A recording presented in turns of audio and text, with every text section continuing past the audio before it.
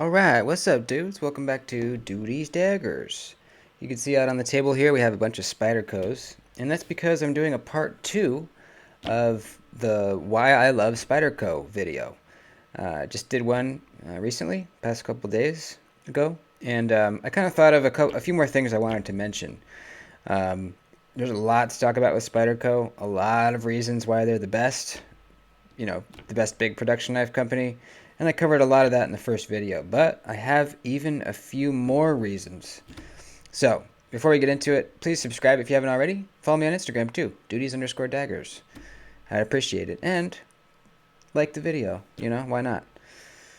So, I'm going to quickly go over what we talked about in the last video, and then we'll continue on with my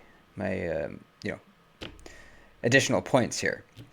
So one of my points was some of the best ergos. Ugly for some, yes. Ugly to some people, yeah.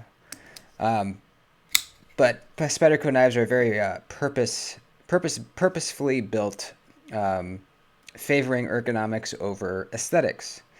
And if you're someone like me, that works out perfectly because not only do they have amazing ergonomics, but I think they happen to look badass too. So that, for me, it's a win-win.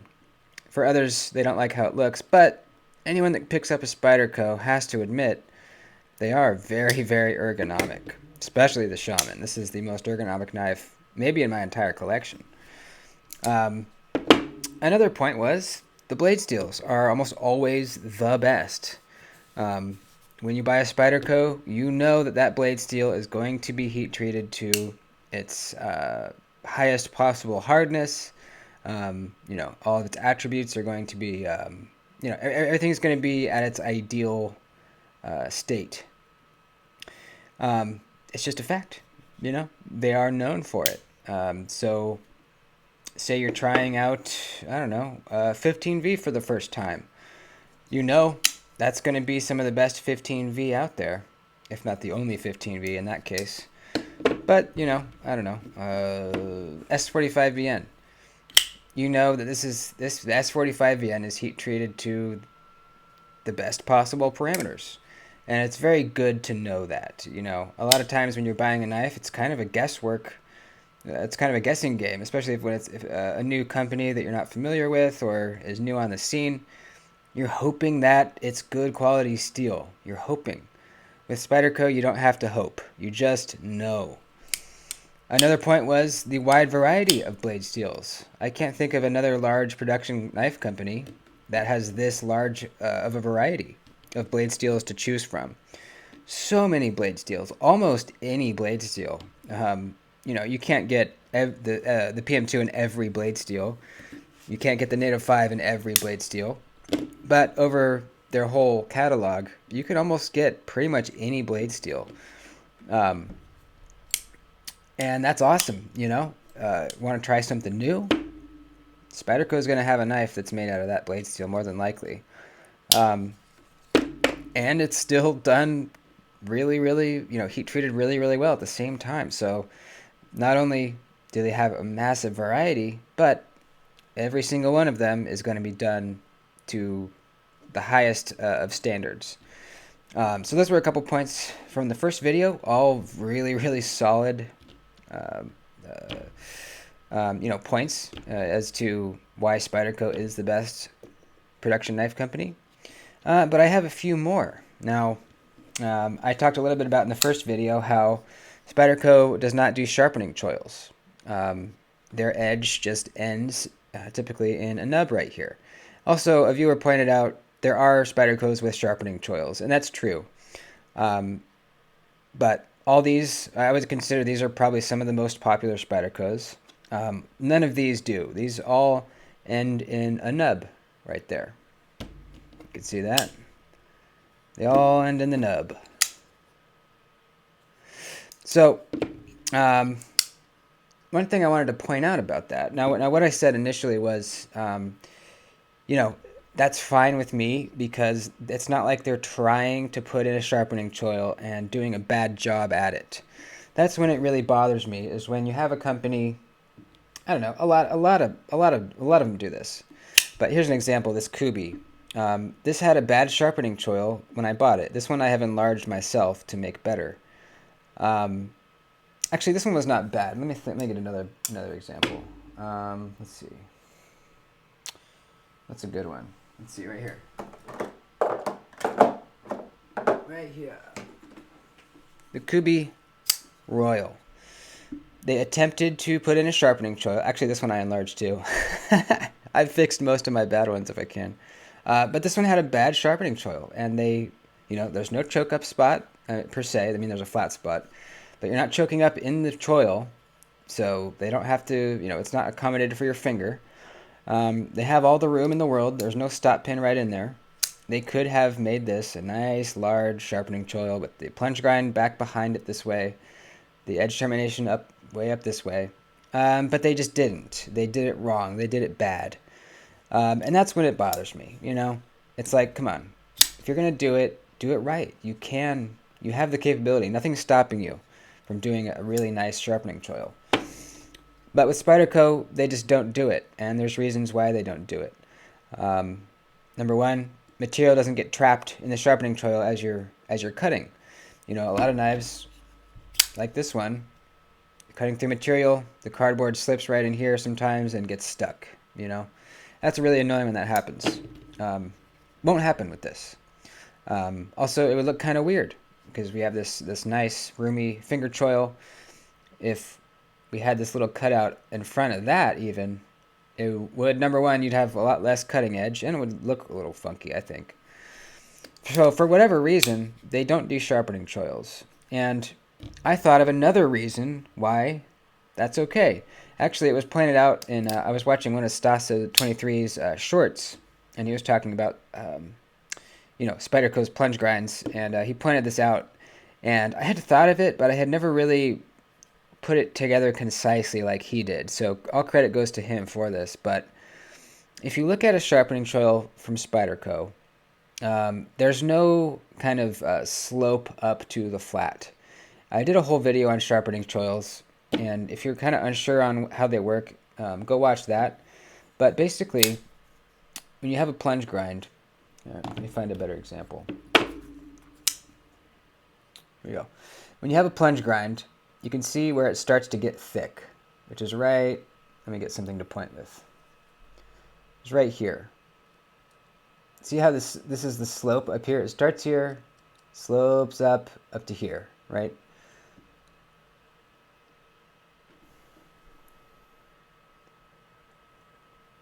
There we go. It slopes up, right? It slowly gets thicker starting here, gets thicker, thicker, thicker up here until this is the full thickness of the blade stock. So that's why your edge termination needs to be way up here, because if it was right back in here, it would start getting thick and it would mess up your edge. It would start looking weird. It would start getting thick right there, your edge bevel.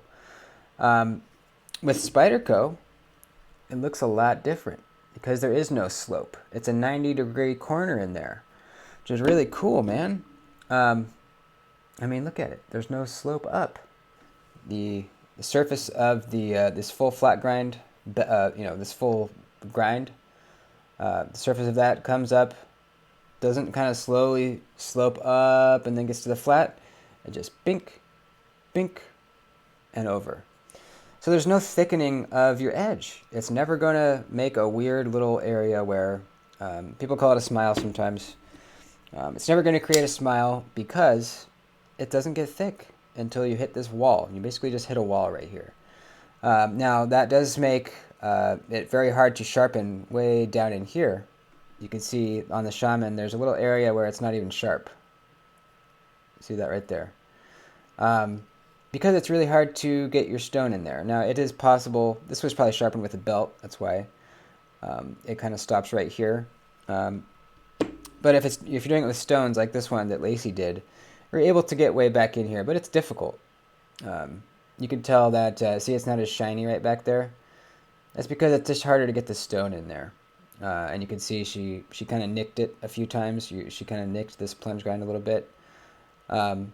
It's just hard to get in there. But that's okay, because I've never once been in a situation where I needed that little bit sharpened, if you're slicing through material, the cardboard kind of hits the nub. It doesn't stop you. I don't even notice it at all. So really not a big deal at all. I just thought it was cool that they do their plunge grinds in such a way that nothing gets thick. I don't know why more companies don't do that. I think I wonder how they're doing it. I think probably they have like some kind of file guard on here. I know some knife makers, actually I've done this a few times too. I made myself a file guard.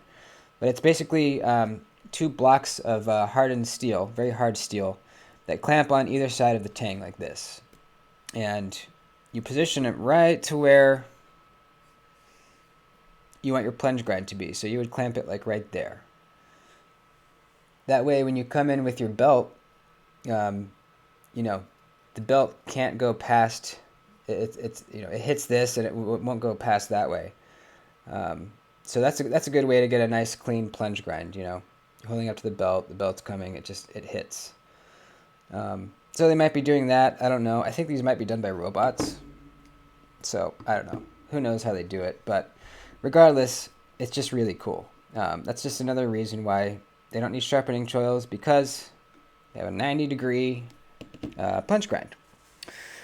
Now, another point that I forgot to mention, and this was brought up by a viewer as well, all the customization options. Holy shit, man. You can customize the hell out of your Spyderco. And I've done that quite a bit, as you can see. The only knife on this table that's stock is this one, which won't be stock for long, probably. The Rhodey. And this Police from the early 90s. They didn't make replacement scales back then, I don't think. But all these other Spydercos I've done something to. Delica added titanium scales and copper backspacer. Native 5, I just added the clip, MXG clip. Shaman added an MXG clip. Mannix added a titanium ball cage, blue titanium lanyard hole, MXG clip. These are RGT coarse canvas micarta scales and a copper lanyard plug. Titanium scales, brass lanyard plug, MXG clip. And we got the beautiful McBee. This is a Timascus scale from Way of Knife, and a bead from AliExpress somewhere. So the amount of customization options for Spydercos is absolutely nuts. I mean, if you guys have looked into it at all, you know. But it even goes deeper than you might think. I mean, there's people that make unbelievable custom scales, just one-offs on Etsy and stuff like that. But there's so much you can do, man. There's even a place that can turn your compression lock into a button lock.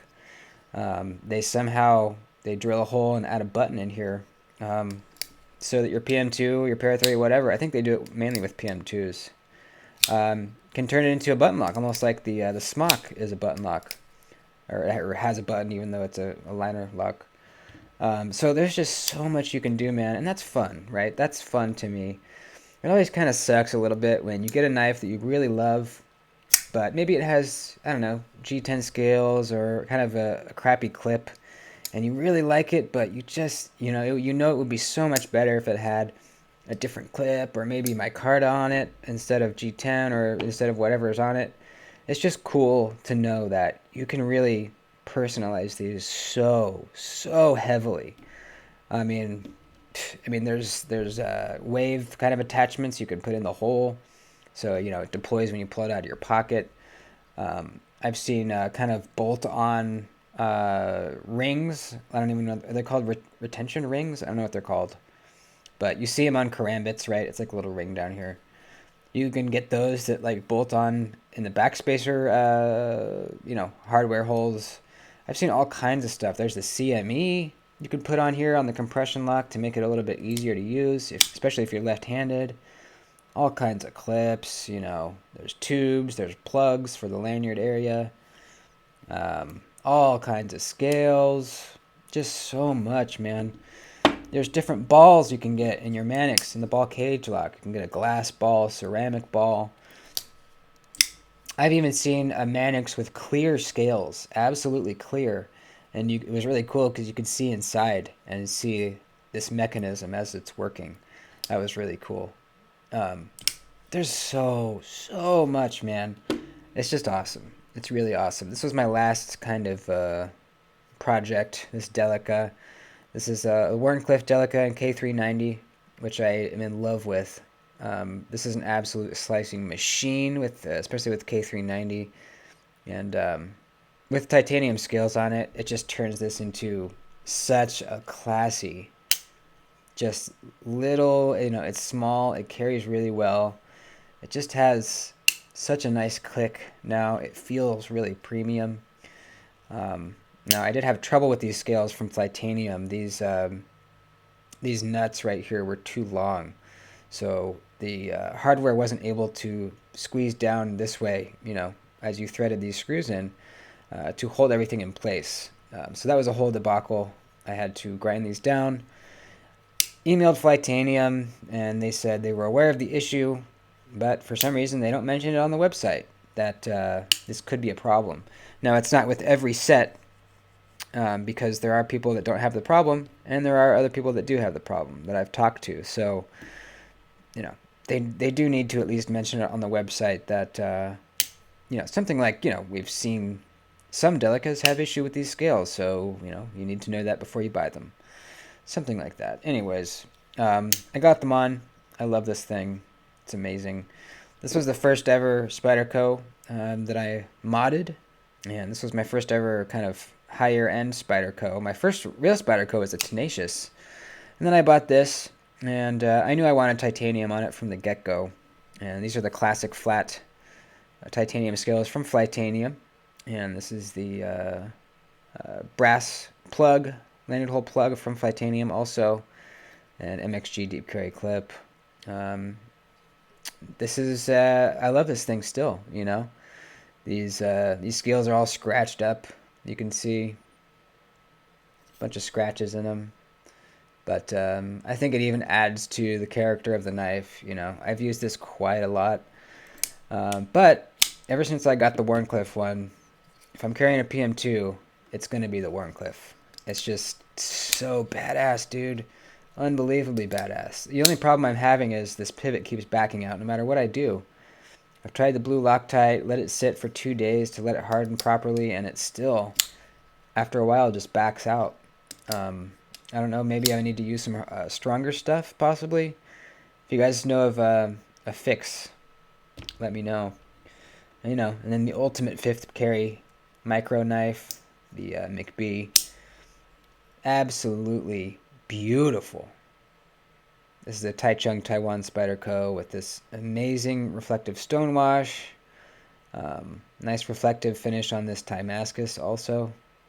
Look at that thing shine, baby. Whew.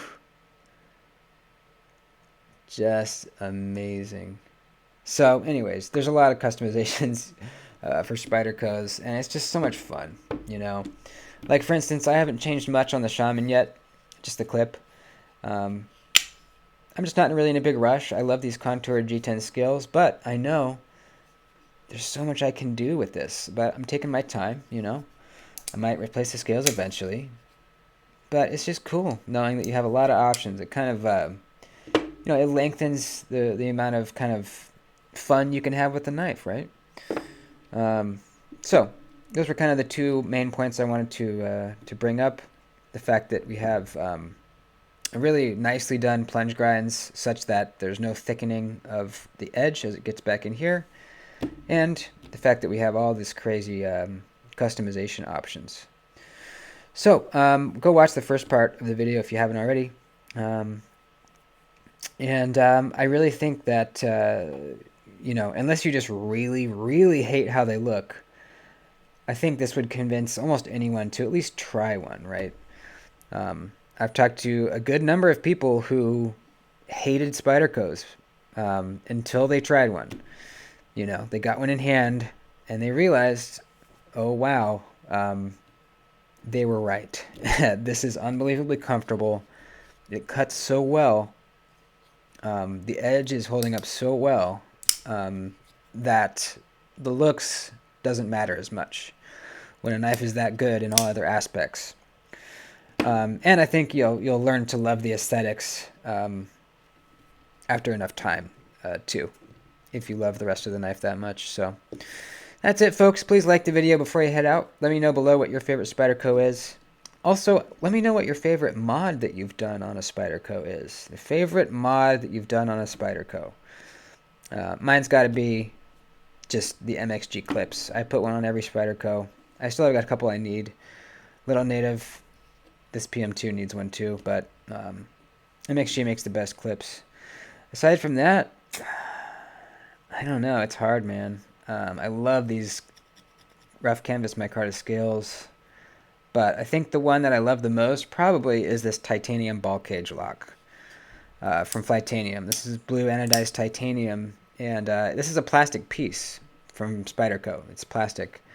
And you honestly don't really notice the difference in the feel a whole lot, just how it feels on your fingers grabbing it.